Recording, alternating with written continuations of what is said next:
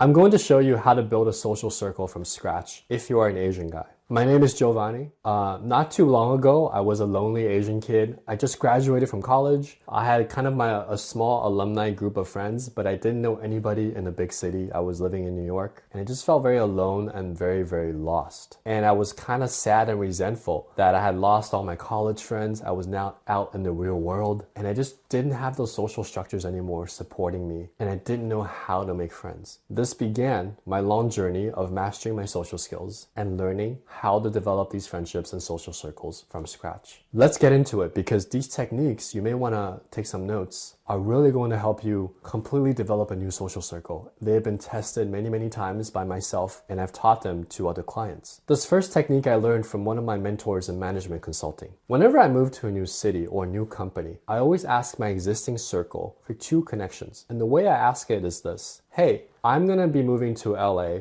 next month. Do you know 1 or 2 people that are in LA that I might be able to connect with? Okay, this is called the 2 connection request. It works particularly well in networking events. Everybody has an existing circle from school or from your family, and those 2 people know 2 other people. And once they refer you to those 2 people, you can ask the exact same question: do you know 2 people that perhaps I can connect with? The more specific your request, the harder it is to find people, but once you connect, the more you have in common. For example, a modifier for this would be, I'm moving to New York next month and I'm in the film industry, particularly film production. I was wondering if you knew anyone in entertainment or in the film industry that you might be able to refer to me, and I can take them off for coffee and connect, okay? Hey, I'm moving to Los Angeles next month. Do you know anyone in the tech industry working for any tech company that I can take out for lunch and connect with, because I'm new in town and I want to learn more about how to work in this new industry that I'm really excited about? Hey, I'm going to be in San Francisco for a month, and I'm wondering if you knew any people that played basketball there that I can hoop with. I really enjoy the city and I enjoy playing basketball, and it'd be great to connect with some people there. I sometimes even do this in video form, and I'll post it on my Facebook, or perhaps you can do just a Facebook post. And you will be surprised, because you're not asking for the world, you're just asking for 2 people. And specificity is key here. You're asking for 2 people that are in your industry or share a hobby that you have that they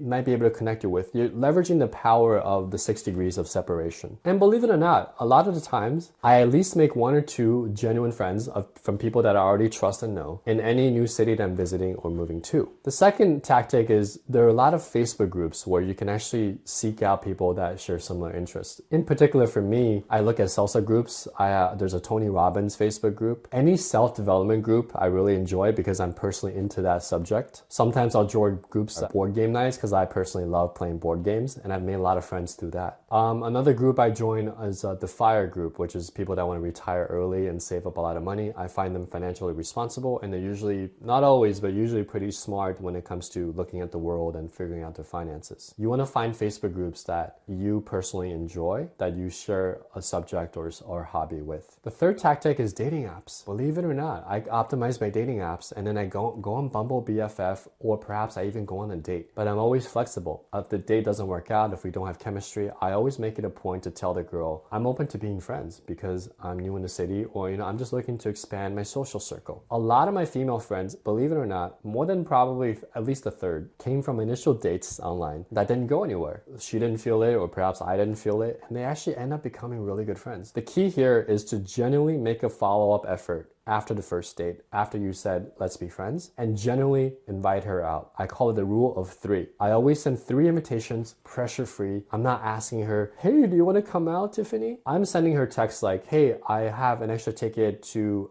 Night at the Museum this Saturday. You're welcome to come. Just let me know before Wednesday. Hey, my friends are having a dinner at this particular location on Thursday. Stop by if you're around. Hey, I'm going to be at this game on Sunday. If you're around the area, hit me up. And in 3 invites, usually by the 3rd invite, the girl will at least show up once, and then that gives you the time and the opportunity to build a real friendship. Meetup events are good even post-pandemic. However, meetup events are a little bit hit or miss. For meetup events, I highly, highly recommend picking a real hobby of yours. Like, for example, any meetup event that has salsa dancing, I'm usually very, very good at, and I usually make a lot of friends. Any meetup event that has board game nights, I usually go and I make a lot of friends, although board games in general have a higher male ratio compared to salsa dancing. Speed dating event, believe it or not, they actually started doing online Zoom like speed dating type calls. And the funny thing is, a lot of guys are like, I got 3 minutes, I gotta try to get her number. They're still thinking like an unlimited, I have to date this girl perspective. What I say instead is, hey, I enjoyed our conversation. I'm looking to expand my social circle, or I'm kind of new in town. Let me know if you want to be friends. I'm a really loyal and good friend. You know, I'm flexible. And I just say that out loud, and you'll be surprised. Sometimes the girls will just match with you just based on that alone. You don't have to think so linearly about every girl that you date. And with speed dating, because you have so many options, you'll have the opportunities to practice, you know, what it's like to have a charismatic conversation and perhaps befriend someone from the opposite gender. If you're in college, I suggest tapping into what's going on. For example, at UCLA, we joined the dance team. We understood when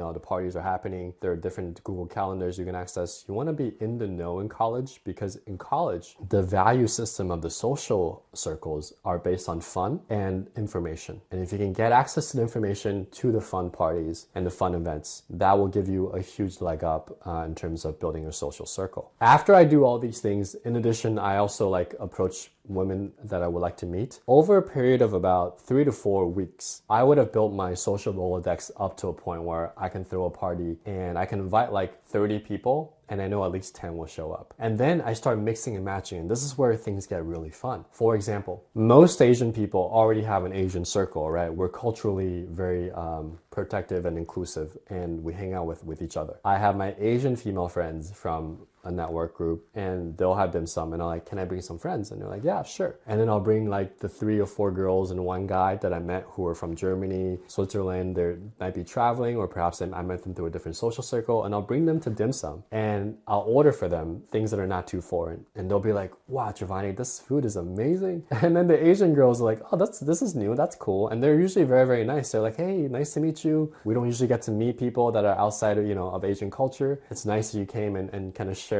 in this dim sum session on Sunday, right? And both groups get to benefit, and you become the social connector. I start getting access to or hosting house parties, classy house parties, wine and cheese, board game nights. Usually people think of board game nights as a lot of nerds, like guys in glasses who don't shower. But my board game nights are me and a friend and a bunch of girls, right? And it's really, really fun. There are theme parties like 1920s, boy band, girl band from the 90s, Disney characters, science fiction. There's so many theme party events that you can throw. Or if you don't have a house, get access to someone who does, and just tell them, hey, if I bring a bunch of cool people and girls, would you be open to letting me, throw a party here, and I'll share in the costs with you. As you start these events and you think of it as a lead funnel, right? You have leads from your 2 connections requests. You have leads from your Meetup events. You have leads from your dating apps. You have leads from people that you meet in just your work or your social network. All these feed into these other wheels that are already happening. I do dim sum once a month or once every 2 weeks with my friends. A good friend of mine is hosting a monthly salsa class here. These events are already happening on their own, and I'm bringing leads into these events that are independent, so I don't need to put in the work to host and fund and create these events. Instead, my value comes from being a social connector by feeding additional leads into these existing systems and giving people a variety of the people that wouldn't meet otherwise. As I do this, I become a social connector, and I become a guy who has a lot of value for people, and I get to meet a lot of different types of people to find the right one that are right for me to date. Make sense? One thing you want to avoid when you're a social connector is don't become a social butterfly. A social butterfly is kind of like the girl who's a little bit ADD. She knows everybody, but not too deep. I encourage you to become a social connector who knows people, remembers their names, really gets into real conversations. That gives you the depth that you need, and also you have the breadth of the variety of the people. That way you become a guy who is always in advancement. And once you have that reputation, people start talking about you in a positive way. And this really raises your social value as you build your circle. The best part about this method that I just gave you and the techniques I gave you in this video is that you can repeat this in any major city, as long as there's at least 100,000 people in it. Human beings have patterns of behavior. We congregate in these particular areas. In the future, maybe Meetup won't be around anymore. Maybe dating apps will have evolved into video dating apps, but the concepts are the same. Once you figure out where these connections are and you use the 2 connection strategy to seek the truth, you'll be able to build your social circle from scratch no matter where you are. If you're getting a lot of value out of this video and you're an ambitious Asian guy, then you may want to check out datingwithoutborders.net. Dating Without Borders is a step-by-step course that gives you the exact blueprints of how to start having an abundant dating life as an Asian guy. This course covers everything from inner game tips to change your mindset so you start taking action to improve your dating life. You'll see real examples of my exact texts, online messages, openers, and in-person lines that I've used and coached hundreds of clients on already, so we know that it works, and they only work for Asian guys. I'll share my top attraction generating stories, teases, transitions, lines, as well as the principles behind them so you can start creating stories that are authentic to you, that attract women. You'll learn how to master online dating as a minority and the social hacks that I use to get matches online, streamline my messaging, and set up first dates, and how I replicated this system with Asian guys who are short, overweight, balding, or otherwise not traditionally good looking. You'll get in-depth insights from women themselves who prefer Asian guys, where they hang out, what they wish we knew about them, how they would like to be approached. All of their secrets will help you avoid the mistakes that other 95% of Asian men make. Most importantly, you'll get VIP access to this community of like-minded individuals where you can post questions and join other ambitious Asian guys to fast-track your journey. Don't take my word for it. Here are just some success stories from students in the past few months on Facebook. I just finished a course. Man, I'm really glad I took it. There's truly a method to all of this. Michael emailed me a couple of weeks after taking the course. Hey Giovanni, just wanted to thank you for your help. I did my first pull and close ever a few days ago. Also had my second successful pull in the car last night. Danny messaged me. I used the first question from your 30 lines for Asian guys. Worked great. Love these questions. Jason said, some of these lines are really good. If you want to replicate these Asian guys' success and begin the process of living an abundant dating life, just go to datingwithoutborders.net. Simply enter your name and email and start your journey by downloading your free copy of the Asian Attraction Blueprint. It's completely free, and I hope that it can help you as much as it's helped me and hundreds of my Asian clients. Enjoy. I'll see you there.